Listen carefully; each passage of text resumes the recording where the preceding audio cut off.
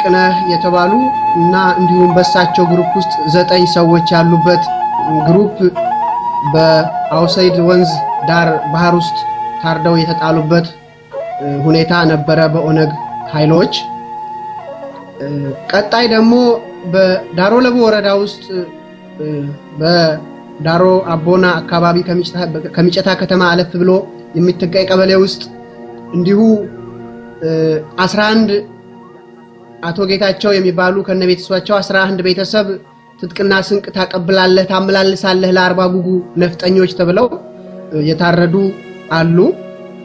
እንዲሁም ሶስተኛ ደረጃ ምጠቅስልህ በወፊ ራብሸዲ ቀበሌ ላይ ወፊ ከተማ ራብሸዲ ቀበሌ አካባቢ ላይ 7 ወንድማማች ሽፍቶች ወይም አርበኞች የነበሩ በወቅቱ የነበሩ ልጆች የነበሯቸው አቶ አቻሜላህ አሰፋ የሚባሉ ሰው ነበሩ። አባታቸው አቶ አሰፋ በኦነግ ኃይሎች ፊታቸው ቆዳቸው ተገፎ እንደ ስልቻ የወጣበትና ተሰቃይተው የሞቱበት ሁኔታ ነበረ በኦነግ ኃይሎች። ለዛ ለመጣው የኢህአዴግ ሰራዊት ወይም ለወያኔ ሰራዊት እልል ያሉ እናቶች በማግስቱ ጠዋት እንደ ጎመን የተቀረደዱበት ወደ ገደል የተጣሉበት ሁኔታ ነው የተፈጠረው። እልል ብላ ከቤቷ የወጣች እርጉዝ ድርስ እናት ሆዷ ተቀዶ ልጇ ከፊቷ ሲወድቅ በአይኗ እንድታይ ተደርጓል።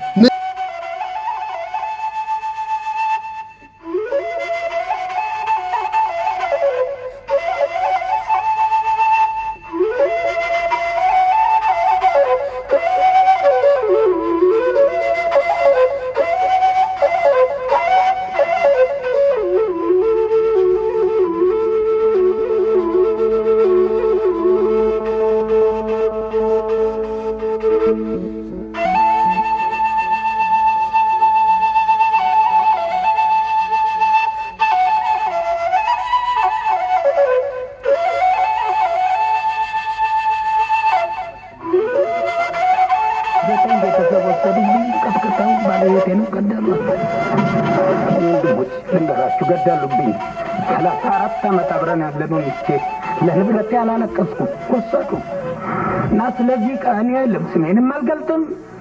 እናንተ ሄዳችሁ ይሁት የተደረቁትን ሽባ ልጅ አይኑ የፈሰሰ እጁ የተዘበረ መልሰውልኛል አሉ። አላየኋቸውም እኔ እና 11 ወሬ ነው እዚህ ነኝ ነው እንደም በተተውኝ ጥሩ ነው ትንሽ አንጎሌ ልክ አይሰራ እና ይሄ ነው ድርገቱ። ጓደኞቼን ገደል ጨመሯቸው። ያው 5 ጓደኞቼ የጓደኛ ሚስትና የኔ ሚስት ገደሏት። እንዲህ ያለ ግፍ ይሰራል። ይሄን ሁሉ የሚያደርገን መለስ ዜና ነው። ምን ነው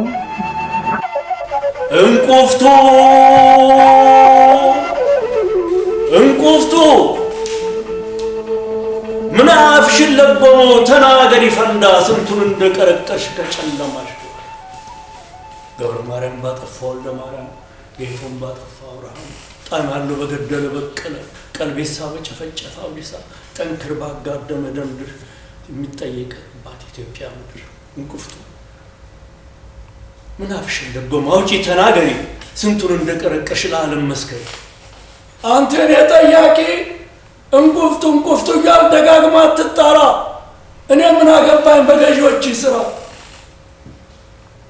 ያሳ ግማቱ አሉ ጭንቅላቱ እኛንተ ገዢዎች እንዲያሲያምታቱ ገዢ በበደለ ተገዢን ሲያወግዙ አማራ ያሉ ሰው ሲገዘግዙ እናም እኔ ጉዝ ምድር እንጂ ገዢ ማን አረገኝ አንተ ጠያቂ ባካጥጭቀኝ እያ እንቁፍቱ እነ ያዛውንቶች ገደል ሲከተሉ ምን ነው የተፈጥሮን ግዝ ጥሰው ደሙ ሲያፈሱ ምን አለ አንቺ ምድር አንቺም የተፈጥሮን ግዝ ጥሰሽ እምቢዩ አልቀበልም ብትይ ያን ጥቁር ጨለማ ጉድጓዱ አፍሽን ዘግተሽ እንቁፍቱ ወይ እንቁፍቱ አንተ ለጠያቂ እንቁፍቱ ያባካ ጨጭቀኝ እባክህ ልቀቀኝ ጉዝ ምድር እንጂ ገዢ ማን አረገኝ እናም እንቁፍቱ ያልክ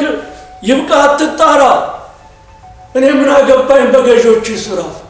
ዋይ ፈርዶበት አማራ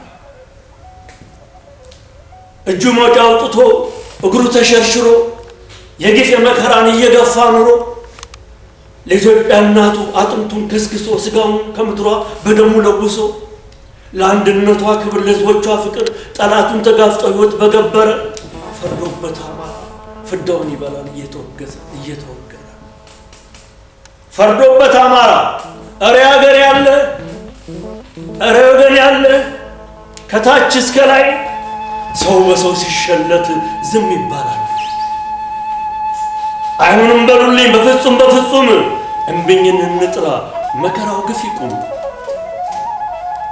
ኢትዮጵያን ባኖራት ደሙን በመገበር ወርቅ ላቀረበ ምላሽ ሆኖ አፈር ቀን ሰዓት ተጋጥሞ ለወያኔ አዝሞ ጉድጓድ ይከተታል አማራው ተለቅሞ።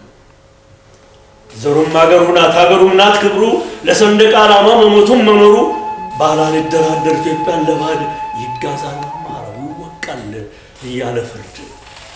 አንቺም ማማ ኢትዮጵያ ሀገሬ አንቺ እናት ሀገሬ ዜጎችሽ አለቁ ታዛዥ ሆነሽ ላውሬ ሰው የለም ወይ ባገር እምብኝ የሚታጠቅ ሲቃውን ለማስቆም ለወገን የሚወድቅ ነግበኔ እያሉ ክንድን አጠንክሮ ይህን የግፍ ስርዓት ካልጣሉ አሽቀንጥሮ ሁሉም በየተወራው እየዋል እያደር ፍንቁልቁል ይወጣል ይሰደዳል ካገር። ፈርዶበት አማራ ምን አጥፍቶ ይሆን ጥቁር ድንጋይ ጠርቦ አፈር አለስልሶ ደክሞት በመብላት ይህን ይሆን ወንጀሉ መልበሱ ውጥቱ ይሆን ስተቱ አገሬም ማለቱ ወገኔም ማለቱ ፍንቅልቅሉ ጠፍቶ በቁም መሸለቱ። አሬ ሀገር ያለህ አሬ ገበና ያለ ግፉ ሞልቶ ፈሶ ምድሯን አጨቀያት። እምቢኝ በል ያገር ሰው አዛውንትም ወጣት እምቢኝ በል ኦሮሞ እምቢኝ በል ኩናማ እምቢኝ በል ጉራጌ አፋርም ሲዳማ እምቢኝ በል ኦጋዴ ሀረሬም ጋምቤላ እምቢኝ በል ሀድያ እምቢኝ በል አንተ ትግራይ የባህል ጥርቅም ይብቃው ሰው አይላ። ሌሎችም ተነሱ እምቢኝን በቃሉ በአማራው ብቻ አይቆም በደልና ግፉ። እናም እምቢኝ በል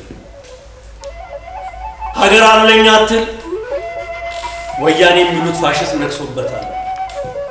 መሬት አትመስል ፈረስ በደከመ ለቻይናው ለአረቡ ተሽጧል።